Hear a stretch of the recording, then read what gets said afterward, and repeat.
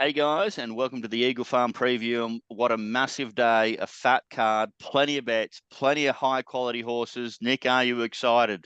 Yeah, I am good. Plenty of bets. You're right. A few out wide here too, I think. With these big fields and markets, we can. There's a couple I like that at the pointy end, but we can certainly play around with some a bit longer and that to make sure that we've got a few covered. So yeah, really looking forward to it. The big question up here is supposed to get 20 mils of rain between 10 and 20 on Saturday. So that could completely change what we're doing. But and it looks almost certain that it's going to arrive. It's just how much we get.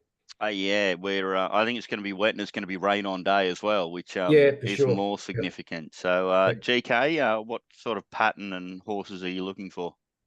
Yeah, well, I think it really does depend on how much we get before and how much arrives when during the day. Look, on what I've seen, it looks like most of it we might get towards the end of the meeting or potentially Saturday night. So we could escape the worst of it. If that's the case, then things could be okay.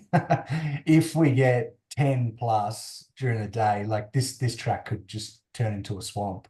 And Yeah. then you've just got no idea how this would potentially could play if we get that. Like I would assume that if we get lots of rain on the day, that the inside will just be completely rooted and you'll be looking for things probably drawn wide, trying to get down the middle and outside. But there's always a few questions with this track at the moment. So you have to be somewhat cautious betting early on this track at present, just till we get a bit more information. Yep. Yeah, I think it's a fantastic card, and I've sort of done it for running line down the outside. Wide barriers given a tick, except for Yep. certain scenarios. Anyway, let's find some winners. Man, what a card. I love doing this card, guys. It was so much fun. Race 1 over 1,600 metres, Nick. Any thoughts here? Well, it's the Sooty Stakes in tribute to our mate Trent, who doesn't bother to, give us any No, no, Brisbane. no. I've booked Sooty in. He's doing a lot of work for me right now because he's part of the RacingRant professional punters competition on Saturday. So he's going to be my my 2IC or my backup or whatever, or my peer or my partner, however you want to call it. So Oh, cool. yeah, Because he's working for us. he's putting some stuff in his chat, Sooty, some Brisbane stuff as well. Yes, I noticed that. Which is Yeah, which yeah. is good. And obviously, I Mm. paid most attention to what he wanted in the first race because that's his. That's the only time he finds a winner. First race. That's it. That's his niche. And he found number 4 here, Bet You the Crown. He's obviously, look, it's not for me. I think it's been a weird campaign. It's been all over this place. But I am glad the horse is in the race because I think it will almost assure we get a reasonable tempo. If you took it out, I wasn't really sure where the speed was going to come from. Most of ours up here are, I think they're just numbers now against some of the, if there's any different form that comes into it. I've ended up, I know it's favourite and I don't like finding favourites necessarily, but I thought Poison Chalice is the most talented horse in the race. I liked its run first up. I think it's got form against perhaps better horses than what ours are. It had a weird head carriage on it and it's certainly green. It almost had the head carriage where you thought going the reverse way of going our way might actually help it. It's but it Interesting. can, Yeah. yeah, it can do a few things wrong.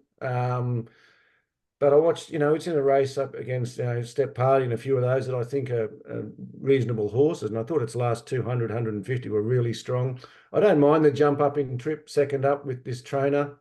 He does that quite a bit. I think he's pretty good at conditioning horses. I think he can certainly get them ready on the day. And I think this one's got a bit more upside than ours, is what I'm trying to say in a long-winded sort of way. And I thought the danger was perhaps Hollywood Hero. I think he'll jump, and I think the only option for there is to go forward and sit outside lead on Bet You the Crown. That's what I'm expecting they'll do. Not 100% sure, but yeah. Just a little bit of info there, Nick, in that it's a dual acceptor, and I was talking to the stable that they're most likely to stay in Sydney. Okay, I was going to mention that it is in elsewhere, so yeah.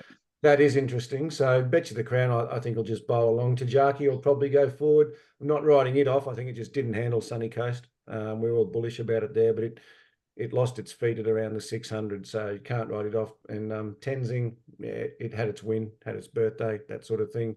I've got to be against it at the price. So I'm Poison Chalice, but I'll be looking forward to see it in the yard, and it's going to need to be able to run on. for it to be a chance.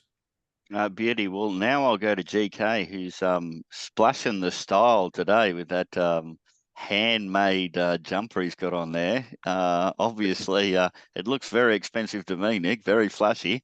But Someone's going all right. yeah, looks like cashmere to me. Sorry, I By didn't the get way, the memo. I didn't get the memo that we all have to dress like hobos. You should have known by now. By the way, out there, I'll give you a tip before we go into that. And guys, it's worth buying cashmere. It's just so much softer and nice than wool. So there we go. There's some advice for you. How have we ended up? How have we ended up here? Well, racing. Yeah. Well, let's find some winners. GK, who do you like in the first? Look, I didn't love the race, mainly just because there wasn't a lot of tempo here. I personally think that a little bit similar to race one last week. I thought we probably will get a change of tactics before Saturday lunchtime. Like last week, race one, water goes, the change of tactics going forward, completely change that race. Yeah. I think something similar could emerge here. Look, I've got Poison Chalice on top, but I can't get it this short with the lack of tempo here. The ones that I thought are actually interesting to potentially take it on if we don't get more tempo. First one is Commodus. I actually think it's been going really well. This horse draws low, can go forward. So it could be one of those that sits potentially just off Bet You the Crown. Jockey's a negative, but I think that this horse is pretty versatile, and if it's wet, that's no problem. I think it's over the odds. I think Tajaki, I think you just forgive that last run. I think it is certainly up to this grade. Tenzing was good last start. Like I really liked the way it powered through the line, but I think the swing and the weight sort of changes things and makes this harder. If we're on a dry deck, I would potentially be having something on Rising Pacific as well. I think that was a forgive last start. There was a few issues. So, it started favourite in that race and had a few issues there. So look, there's some of the ones that I'd probably consider speccing unless I get some more tempo in this race, but I haven't decided what I'm going to do here. Okay, well, I mean, yet again, some irrelevant information. I was super keen to back Hollywood Hero in this race. I thought it had found the perfect race with Jake Collette on a wet track, wide draw. Looked perfect to me coming out of $500,000 race. I thought it was a fantastic bet. Saying that, I will give you a tip, and that is you should back it in Sydney as well, because it's not quite as good a race down in Sydney, but it's still a bet. So when it was out, I just quickly spent 5 minutes on and realised that the lines through number 5, Poison Chalice, were pretty solid. I think the others here are super exposed. It's the lightly race winner that could be going on to better stuff, but obviously we need late information because there's no need to rush into it. And if if the rain does come, before this first race, and Nick can give us a tick that it'll be all right in the wet from barrier 13, I think that looks right. Just quickly on the weather, Gordo, Norwegian mates are saying around 3 mil just before lunch, before midday. So that'll be around when these guys are going. So that'll be interesting. So. Yeah, and closer to jump time is just so much more significant as well, which is for sure going to be interesting. Race 2 over the 1400 meters, and GK, I'll go to you first. Look, this race is a bit of a mess right now because I think there's 6 emergencies. It's pretty hard to frame a market here and to, build a reliable map with so many changes still to happen. So I have this as a very low confidence race at present. Look, I've got Warby on top, but yet again, I am not near the current market price. I've got it a little bit bigger than that. Look, I think it's going really well. Third up here, ready to peak, gets shin. I just thought that it's probably a little bit of unders here. The one that I'm really looking at, and I think is a really interesting runner, is this Kiwi horse, Geriatrics. It's hard to get a really good read on the Kiwi form, but I respect that camp. And, the fact that they were going to try to get into the Fred Best with this suggests that they obviously think it's got a little bit of ability. Had a look at its replays. It looks like pretty cracking type. And I guess the interesting thing here is that it likes takes a sit and likes to finish the race off. So, you know, if there's good tempo here, it could probably finish over the top. One of the others that I thought is probably over the odds is Star of Chaos. Gets a good map here. Berry hasn't had races to suit so far this campaign, but I think it's actually going pretty well. So there's a few others that I could spec at bigger odds. I think I'll probably at this stage take on Warby just at the price, and I might spec a few others, but another low confidence race for me. And I just need more information Saturday morning about what the map in this field is going to look like. Beauty, Nick. Yeah, a little bit GK here. I'm going to play wide here. Geriatrics was the one that was obviously the DF and might have a little bit of potential, and agree with what GK says there about the stable and drawn out there. There's a heap that are going to come out here. If there's a few scratchings and 23 gets in maximum vortex, then it will be a genuinely run race. It only knows one way to go. Star of Chaos will kick up. So I think there'll be reasonable tempo here depending on who gets a run, but we're going to have to wait. And I certainly won't be losing if number 7 Cotty wins. It was a good horse last campaign. It's a mare in form. I watched it a bit over a week ago out at Ipswich first up, and paraded really well in a 1200. It wasn't suitable. I had a little bit on it, and it's run 7th at Ipswich, and you go, oh, that's got no chance. But its last 150, if you go back and watch the replay, was excellent. I think she's a mare that's going well, and I certainly won't be losing if she lobs. But yeah, low confidence, but we can play wide a few here. And Warby's been a horse of mine and a horse of ours, but it's short enough where you know where the map's going to be. It's going to need to pass quite a few. Geez, Cotty's made us plenty of money too, Nick. Yeah, we've caught it at the right odds a few times. So yeah, it's $20 good, so it's not going to take much to find out. Yeah, there's no superstars in this race. It's a very difficult race. Rather obtuse. Race 3 over the 2,400 meters, and I'll go to you again, Nick. Right, let me just scroll through here. Good. Yeah, this was pretty low confidence race for me. I'm not going to get too involved here. I think there's a couple in here that are, I actually think for a distance race here, we're going to have a reasonable tempo. A few of these will go forward. Goldman, obviously. There's another one I can't see on the top of my head now that clearly goes forward all the time. But when I did it, it's genuine tempo. Thought the obvious was He's a Shocker. Thought its run was okay up here in the Dooming Cup. Was in the wrong part of the track. I think it's going well. Knight's Order's the other one, I think, isn't it, that goes forward. So and there's a really interesting runner at silly odds, Celino, number 3, that came up here and won a Brisbane Cup last year and hasn't really done a whole lot since. And I wonder if this is just a prep run for that. But yeah, you know, it's another one around the $21 mark. It's been here once and won. And the ones down towards the bottom that we know, I just don't think they're much good. I think they're numbers. So if I do play anything, it'll probably be something pretty wide. Celino. Spirit Ridge was an okay win last time. It just got there, but yeah, I think it's against it now with barrier 19 and the 60. I think it's going to be hard now. I think it's not set up the way that was for it last time. So I'm probably He's a Shocker and Celino, but pretty low confidence. Good. Beauty. GK? Yeah, look, I thought He's a Shocker's run last week was good, and it definitely puts it in the frame here. I couldn't get it anywhere near that price. The one that I think I probably will back, depending on what track conditions we get, is actually Goldman. You know, like its form going back a couple of preps ago was excellent, right? Like if it got anywhere near back to that form when it killed them at Flemington, it walks in this race. I'm just not sure if it's going that well, but you know, given the price, we're getting third up here, you know, we're ready to rock and roll, I'd say. So I think I'm prepared to have something on Goldman.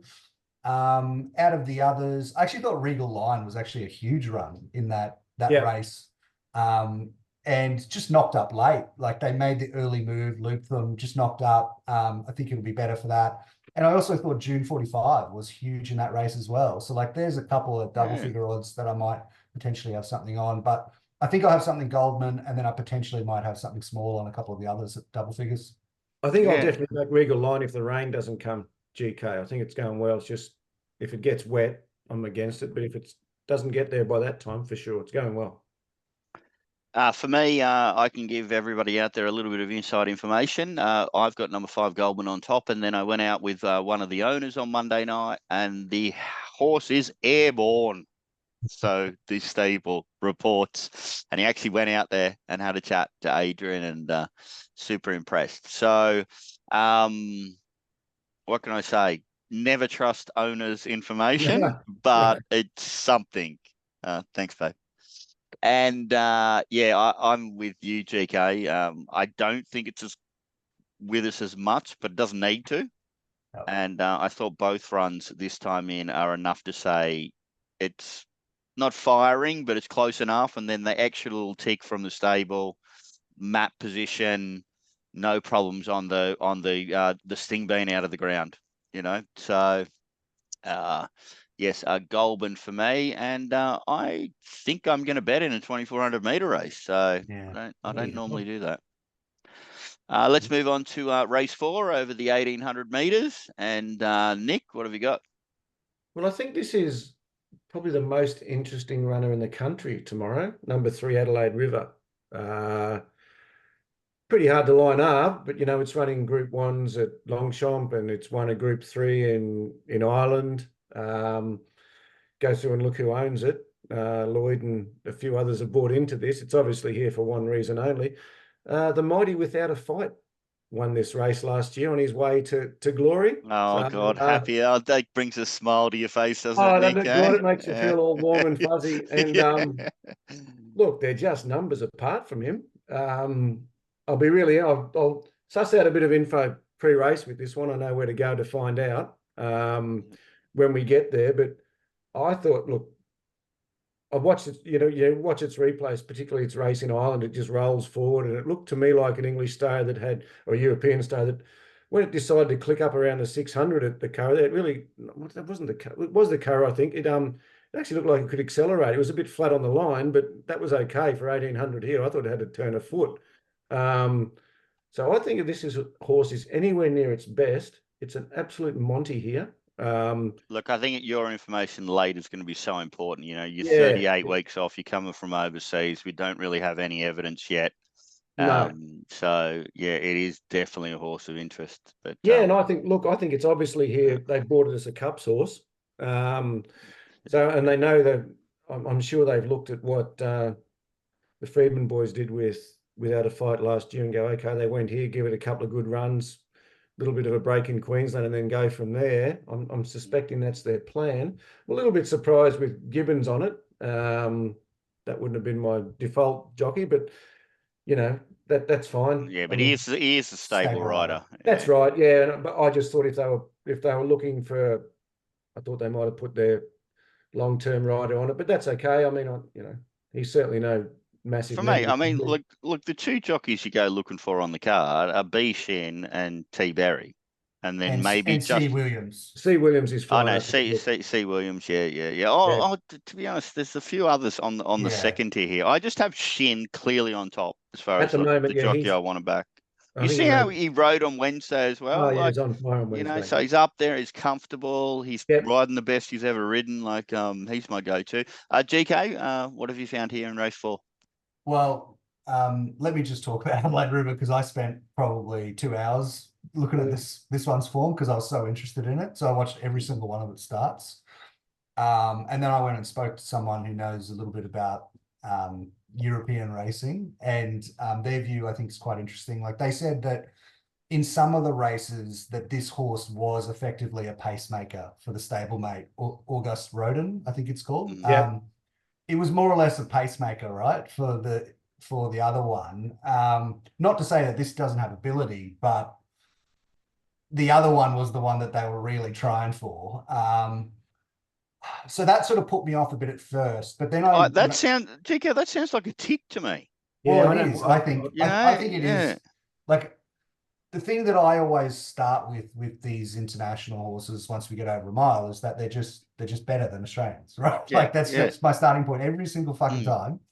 And if you want to get a good result, you should get on first up. So that's why I'm like so keen to sort of sniff around this horse. But the fact it goes forward as well is just like the biggest plus in the world for me here. Like, you know, like one of these internationals that actually goes forward, like that's just gigantic. So you don't have to go around all of the camels. So look, it's the starting point in the race for me. I really want to back it. I haven't backed it yet, but I just want to get closer to race time and I want to hear what it looks like in the yard from Nick.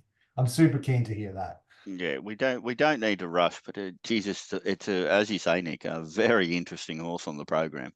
Yeah. Look, the others in the race, like Shock 'em Over, I think actually has a fair bit of ability. You know, yeah, but it's got a poor jockey on it. No, don't do that. Don't do that. Yeah, right. I had to check for a second. I was like, fuck it. Look, I just think it's too short. I just think it's too short in this race at present. It's definitely the second pick in this race. There's a couple of others here. Like, I think Luncey's is actually over the odds as well. I know it's a bit burnt and, you know, we've seen what it can do, but this is its level, Luncey's. And, you know, I think it's over the odds here. I think it should probably be single figures. I really want to back Adelaide River. It's definitely the most interesting runner on the card for me. It's the one that I'm probably most interested in.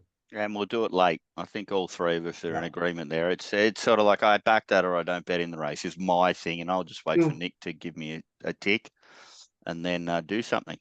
Race 5, 1,400 meters. Nick, what have you got? No, found this one tough, good. It's interesting, these ones that have come off the really good form in Sydney last week, like Anissa.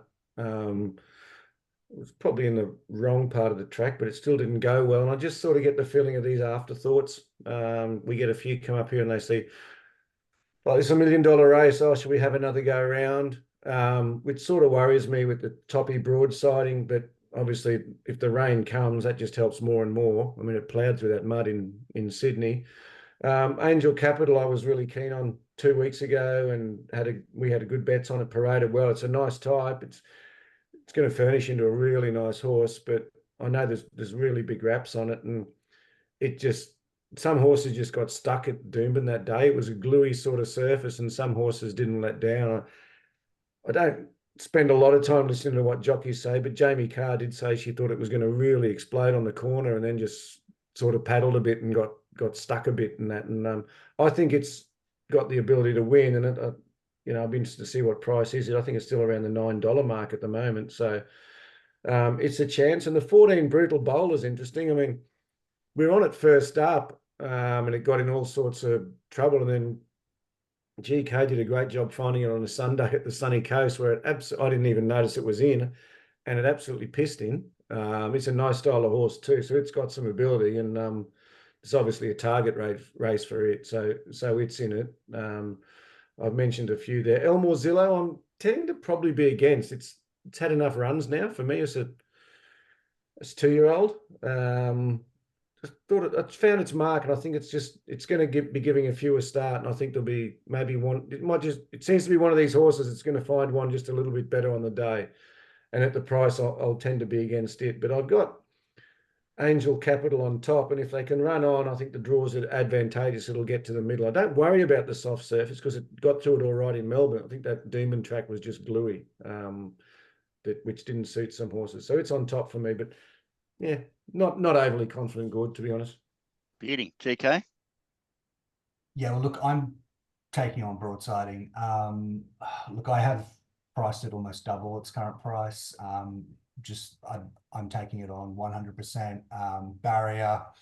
I mean, I can give you some statistics here, like only 5 winners from barrier 14 or wider in this distance since they redid the track. 1 winner of this race from barrier 10 or wider in 20 years. Sorry, I'm taking you on. Not playing that game. Yeah, sure, I think it's got the most ability, but there's no way in the world that I could get it near the price it is. I've got Angel Capital on top as well. And I guess what I would add to what Nick said is that if you look at that race again, it was the one that was having its second start, going 1,000 to 1,200. All the others had 2 starts or more. So it was the one where you think, okay, it needed that run to get it ready for 1,200, 1,400, and so on. So I'm prepared to give that a pass mark. Yeah, horses like Bitter Creek and Elmorzillo, they ended up beating it by 2 lengths or something. With the draw, I think it can turn the tables on those, and I think they're potentially going to be behind it in the run here. So at the price, I've got Angel Capital on top. Agree, I think Elmorzillo is honest, but I don't think it's a star, and I think there's always going to be a couple that beat at home. Bitter Creek could potentially win again, but I think the draw again is horrible for it. There's a couple of others at sort of huge prices that I think are potentially blowout chances. Jamoma, Elpillage. I actually think this filly has a fair bit of ability. Sneaky good run at the coast, I thought, and it's been good against the pattern on a number of occasions. And then there's that can't recall one, which is an interesting runner. Like, it's beat nothing up here, but the way it's put away these fields has just been like, completely arrogant. And its trial last week was excellent as well. So I've got Angel Capital on top. Then there's a couple of others at huge odds. Looks like I'll be backing things at $9 plus at this race, and just taking on broadsiding. Pity. Well, I've already covered this in the Little Birdie or the Bet Doctor show this morning, and this is a living, breathing moral, #1 broadsiding. And I knew you'd find it good. And I have a problem with barrier 21, GK, yes, as you mentioned, but I've found a couple of reasons why I'm not worried about that, and that is if the inside does cut up with the weather, don't have a problem with it being wide, definitely don't have a problem with the track conditions. And on top of that, the fact that it's coming off 2 1,600-metre runs, short break back to the 14 means I think this horse can cover distance and still overcome it, because it is an absolute A graders and the rest are B or C grade. I'm hoping for resistance in the market. I haven't backed it yet. The trial was probably the best blue colours trial you'll ever see as well, which, is a little bit of a tick there, particularly over the 1,045-metre run. I get Jamie Carr for JMac, which is at defeat. I'm seeing why people might oppose, and I'm seeing reasons why I'm going to completely ignore that.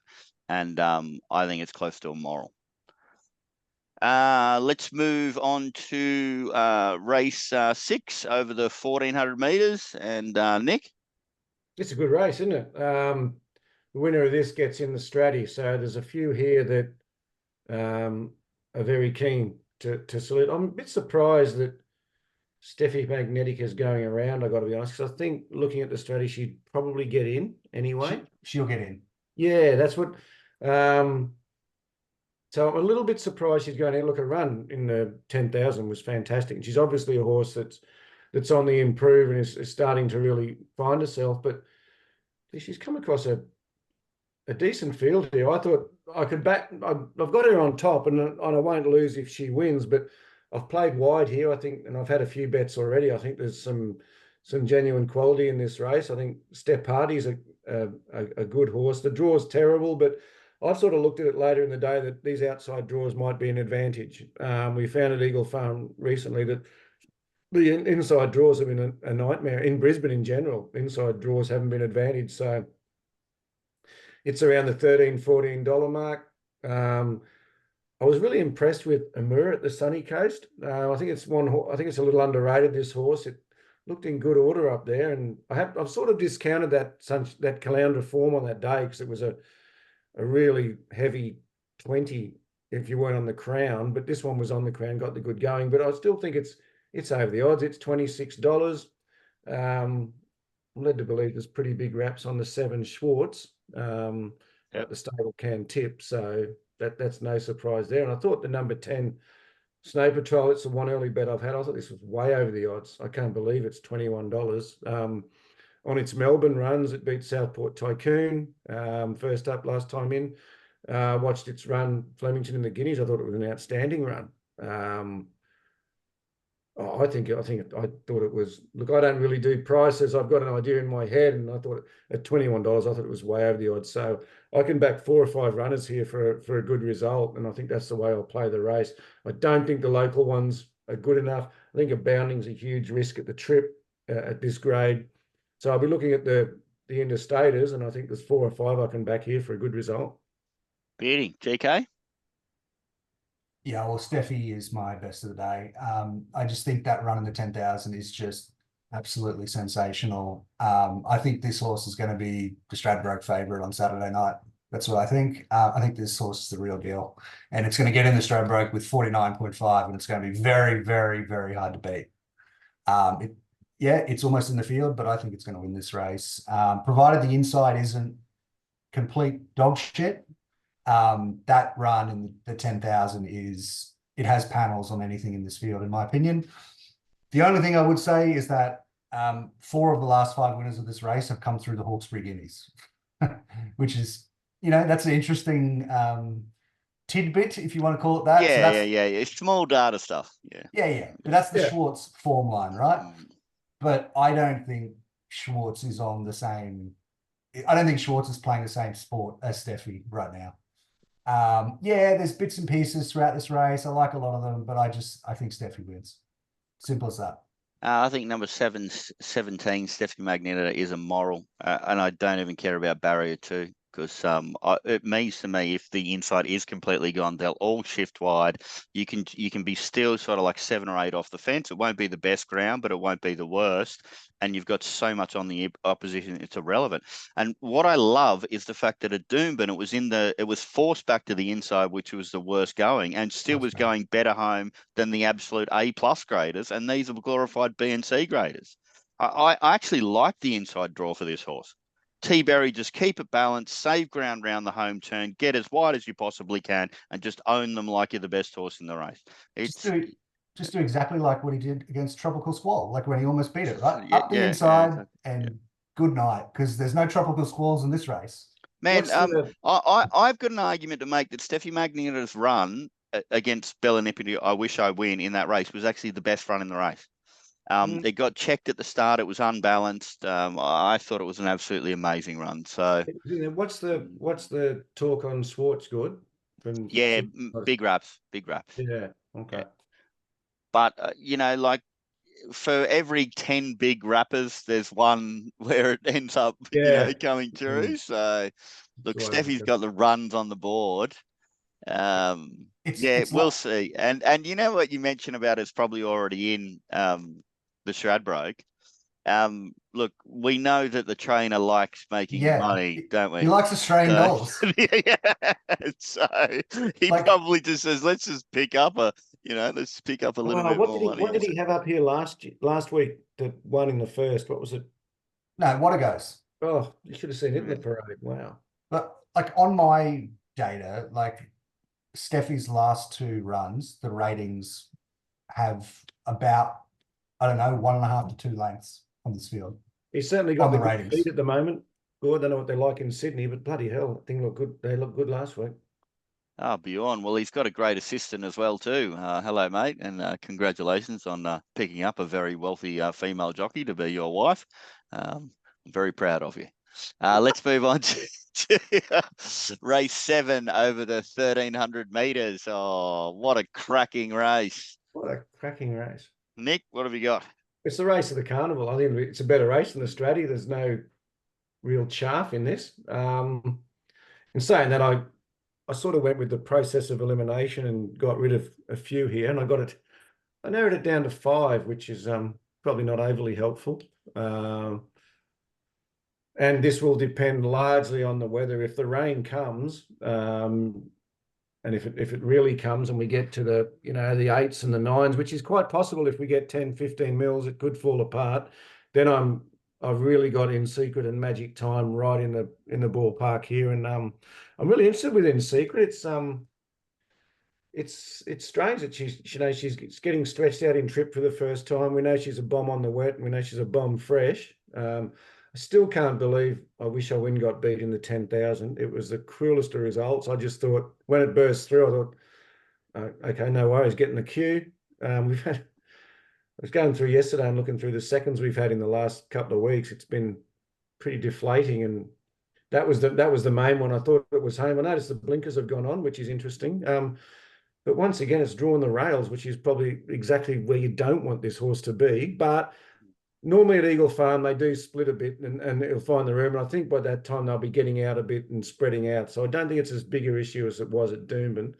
And I really don't know what to think about it. I think everyone in Australia, apart from Joe Pride, thought, what a bloody strange thing trying to go to 1600 and that. It just never looked that sort. And it was just a really strange campaign where it was I think, Gordo, it was your boyfriend, wasn't it? Over 1200, 1100, just kept winning. Yeah, I mean, I've only never backed it twice in its career, and that's the last two starts. Yeah, I just I didn't like the 15 and 16. So I don't know, maybe it won the Stratty over 1400 and he thought he could stretch it out and that, but I just never really looked at style of animal physically. But if it's here, it's got to be a real player. But this race will depend for me totally on how the track plays. At this stage, they're the four and I'm against Bella Nipotina. And I think on the day there's a chance I'll be strongly against her. I'll just wait and see. There's a couple of things I want to see with her. Wow, that's really interesting stuff because obviously a horse in form and taking up a fair percentage of the market. Yep. GK, what do you got? Look, I'm backing two horses in this race. I am backing Think About It and I'm backing Magic Time. I'm prepared to take on I Wish I Win here. I've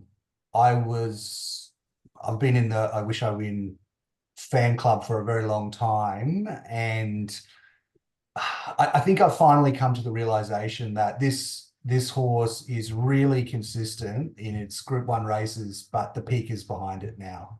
I do not think it can get back to, the performance in the TJ, whatever it was last year. I think that's in the past. I think yet again, how Pride got Think About It wrong, GK? Didn't Moody get this sort? Like, why did he resume it over the 1400 meters? I mean, everybody was scratching their heads about that. It's a sprinter. It's fragile. Dead set sprinter. Yeah, but I mean, I think he's ruined the preparation for it, to be honest. But anyway.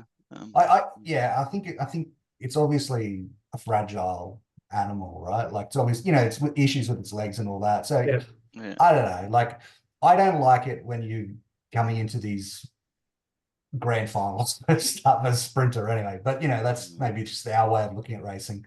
Look, I just think if Think About It is back and it's back, okay, we know what we're doing, we're back to the right trip, it starts favoring this race, right? So I've got to have something on Think About It at $6. And Magic Time, I absolutely love this fucking mare. She is so tough and just unreal. Does not matter what the track condition is. She won a Group 1 on like a fucking road at Caulfield and then won it on a fucking swamp at Randwick. It does not matter track condition for this mare. The trial at the coast last week was fucking unreal too. Yeah, it was very good. Yeah. Bracketing Think About It, Magic Time. I'm backing one horse in the race. I'm backing number 2, Think About It. My reservation is has the Pride reset worked or not? I think there's enough evidence in that last trial to suggest it is. It was ridden very quietly. It was nice through the line past the pode. I'm giving this a positive jockey change too. I just think Shin suits this horse perfectly. We know it's going to be in the right part of the track. Like there's a possibility it'll be one out, one back. We can completely pen the last two starts because that was just wrong. The map is perfect. I reckon the second to Lady Laguna there first up at Randwick when I think it wasn't at its peak is probably still good enough to win this race. Yes. So look, there is reservations. I like horses that are airborne, but there's a few reasons why I think maybe Pride's turned this thing around, and I'm just loving the map and the booking of Shin. Yep. So hey, Gord, can you check with GP and see how it's been parading in its last campaign? Because it's always been a bit of a skunk in the parade. I think about it. Okay, yeah. Behaviour-wise, it's nice enough. It's never really had good manners. I just wonder. I haven't seen it for 12 months, so be interested to see if it's changed at all. Beauty, and I'll send you a text message, Nick. Cheers, mate. And I will mention that sign up to RacingRant and become a member, and then you get a discount on Nick Meredith Mounting Yard Mail and GK's prices that are in that room, which is going to be just so exciting tomorrow. And if you do sign up, in the next couple of days as well, you'll get the superstar youngest rails bookmaker in the Sydney ring, Nathan Snow. You get to watch him reviewing the Sydney meetings and doing a show with Glenn and I on Monday as well. So he's making his comeback after a small hiatus for Snowy, particular he's reasons. back. Snowy's back. Snowy's back. Oh. So I'm sure there's going to be a stack of positive comments and maybe a few people trying to do some needling as well. But There'll be those. it'll be all in good fun. So yeah, jump on board, guys, and we've got some cracking information and shows coming up for you. Oh, interesting. Race 8 over the 2,400 meters. Obviously the Derby. Nick, who do you like? Yeah, it's a good race. Good. I spoke to our friend in Melbourne about a few of these, Aaron, and it's quite bullish about a few of these out wide, just trying to get a handle on. But interesting one for me, he's never been a horse of mine, but they've gelded him and in the yard at Doomben 2 weeks ago. He looked outstanding, Tannhauser. He looked a different horse. It's really furnished into a magnificent animal now. And as I said, they gelded him only 3 weeks before that run. He always looked like he was going to be a good horse, but he was a colt and he had his mind on other things. And since they've gelded him, going good. What are you going to say? Oh, I just like off your eye, the Tannhauser run v the Autumn Angel run. You know what I mean? Like for me, I thought Tannhauser's run was better than Autumn Angel's, and you know, obviously Autumn Angel's still solid favourite in this race. But I mean, did you see it differently, Nick? Or, Oh no, I'm with you. I've got him ahead of her. Yeah. I mean, she was fine and everything, but once again, I mean, Moody's 2 big chances on the day of drawing the rails, which may be negatives. I'm sure that's not. No, that was my alarm. There you go. Time to wake up. I'm not sure. I'm not sure he really would have liked that draw with her. She's a nice, big, strong filly in that, but no, I thought his run was superior, and I thought he was easily holding on the line, and I think he. Nick, she's out of barrier 1 and can't handle the wet if we get the rain, and $2.70 favourite at the moment. I think it's wrong. But I'll be certainly backing him for a good result. But there's a few others and thanks to Aaron for his info here, I think Warmonger has some ability. Navy King has some ability. And I'm looking for the other one. Sabin has some ability, the Victorian ones and that. And quite often this race, you'll find one that's come from, well, geez, where'd that come from? Because these 3-year-olds can find something fairly quickly. So I'm going to be with those 4, and depending on how she parades, I could well be pretty strongly against her at the price. But yeah, I'm definitely with Tannhauser at this stage. Well, GK's been he's got a poker face on he's there. What's the opinion, GK? And give me a lineup between the first and second favourite, as well as what you like in the race. Well, I'll just tell you what I'm on at very large odds. I'm actually like cheering for. Look, I'm on bullets high at 100s. Okay, so like that's what I want to win the fucking race. So let's just get that out there. Look, that run at Doomben, I personally think that they really, really, really wanted to win that race on Tannhauser. And for me, with Autumn Angel, that was a tick over run, right? Okay. I mean, you have to remember the record of Tannhauser before that fucking victory. Yeah. It was a bit of a gunner, right? So yeah, they gelded it, and yeah, like it was chips in, and it was also J-Mac. Autumn Angel, they were probably, I don't know, 3 lengths off it, 4 lengths off it. Around the turn, something like that. I thought it finished off really well. I personally think Autumn Angel, that was a perfect run for this race. I think Autumn Angel wins the race, to be honest. I love it. I tell you what, don't play poker with me, GK, because I'll just read every move you're going to make. Right? Yeah, if I'm mentioning one, GK, and you disagree, please start shaking your head so we can. Yeah, look, I think it was the perfect prep run for Autumn Angel. And the big factor for me here, Jamie Carr off, Mark Zara on. That's big for me. I think that Zara suits this horse. I like his aggression. I think he's going to need to hear. I'm not worried about barrier 1 over 2,400. He's going to choose where he wants to go. I can see it sitting midfield. Not concerned. Look, there's bits and pieces throughout this race, you know, form coming all over the place that, you know, I could make little cases for. And, you know, there's things at 20s that I've sort of priced at 15s and stuff like that, but I don't care about any of that. I just think Autumn Angel wins the race.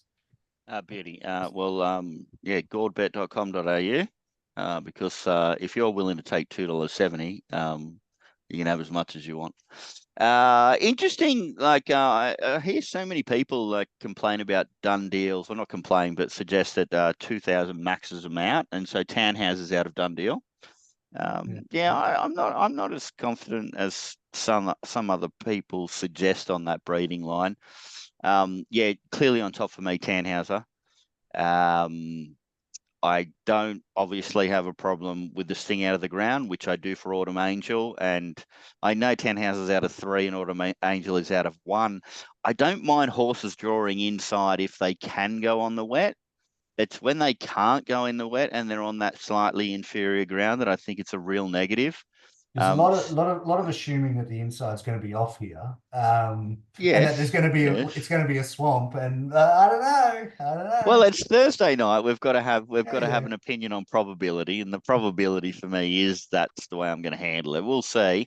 I'm looking forward to lane 1 being the spot all day. Oh, well, I mean, obviously, well, that's what we do. That's why we're nimble. That's why we adjust if that's the case. You know what I mean? So we'll see. We'll see about that one. And the other horse I'm going to have something on is coming out of a midway, guys, and it's number 8, Son of Deck. Yeah. It wasn't just a midway, guys. It was probably the best win on the meeting at Scone then. So you could be really hard on it because of it being out of a midway, but we're super lightly raced winner. Look, there's some negatives here, 17 up at 24. You know what I mean? Out of a midway. But I just got a feeling that it's a bloody good horse. Yeah, it's a great win. So, and maybe the wide draw is, you know, we'll obviously know pattern, Nickel no pattern by this stage, and we might be looking for horses from wide draws, and this is out of a very wide draw. So, yeah, I was Tannhauser from Son of Deck. Oh, okay. Let's move on to race 9 over the 1,200 metres. Nick? Yeah, my bet of the day here, Gord. I love it. Keen to play on the 4. How do you pronounce it? Volante. Spoke to a few Melbourne friends, all very bullish. I think this is a really, really talented mare. Now is she a filly still? I think she's a mare now, but no, she's still a filly. Yeah, I think she's got real talent. And I think a lot of these, I mean, our ones are fairly exposed.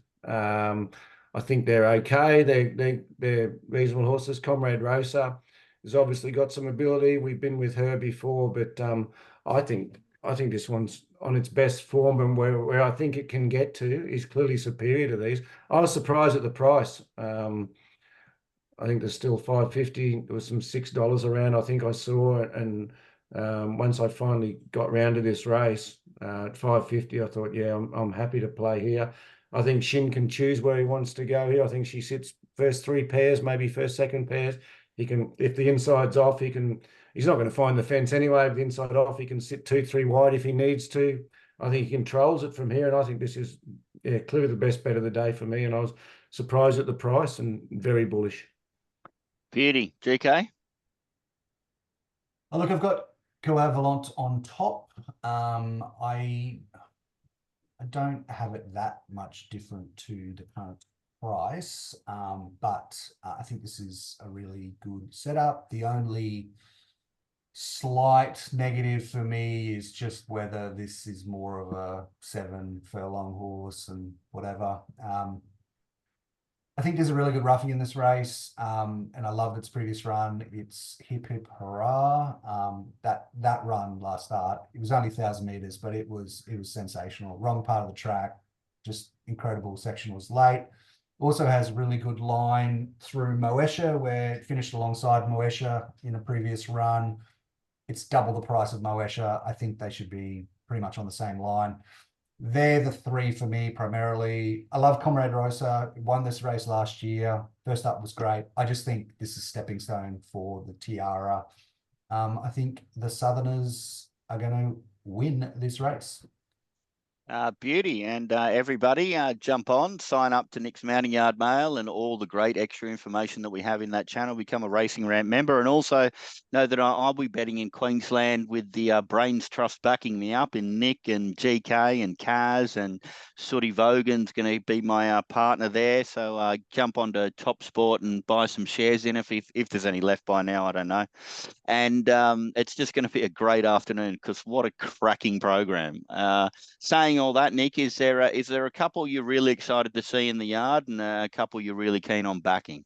Yeah, the ones I'm excited. I certainly want to see Adelaide River. I'm fascinated to see how he looks, and he's in reasonably early, and he's got to come up from the Gold Coast, so he'll be there early on in the day. So I'll get out and have a look at him and talk to a couple of people I know about him. So he's the one that really interests me, and I think for anyone looking forward to the spring and that, if this horse is what he's shown in Europe compared to ones we've had out here that have come before, he looks like he could be the real deal. And yeah, and as I said, I'm pretty keen on Courvolant in the last, but it's one of the better meetings we've had up here for quite a while.